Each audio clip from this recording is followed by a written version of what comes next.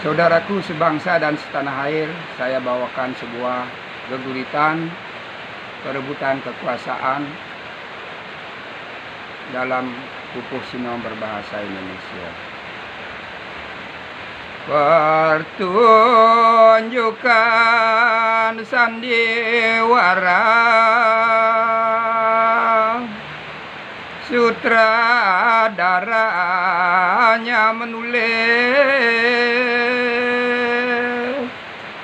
skenario pertunjukan berkarakter sangat baik, seolah benar terjadi. Penonton bisa terbius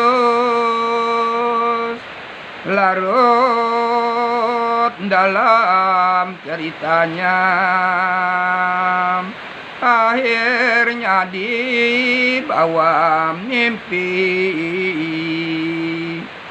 Sangat bagus para pemain berwatak, masifnya hoak dibuat, pendukungnya Capres Anies berseliweran di media, cari perhatian publik, seolah yang paling bersih, padahal berhati busuk, menginginkan kekuasaan dengan kekuatan asing, dengan isu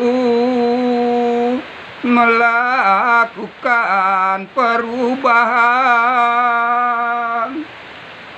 Masyarakat waspadalah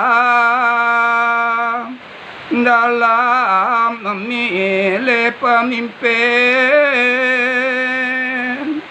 Banyak pemimpin boneka yang bermain sangat cantik, faktanya dibolak-balik untuk tujuan tertentu.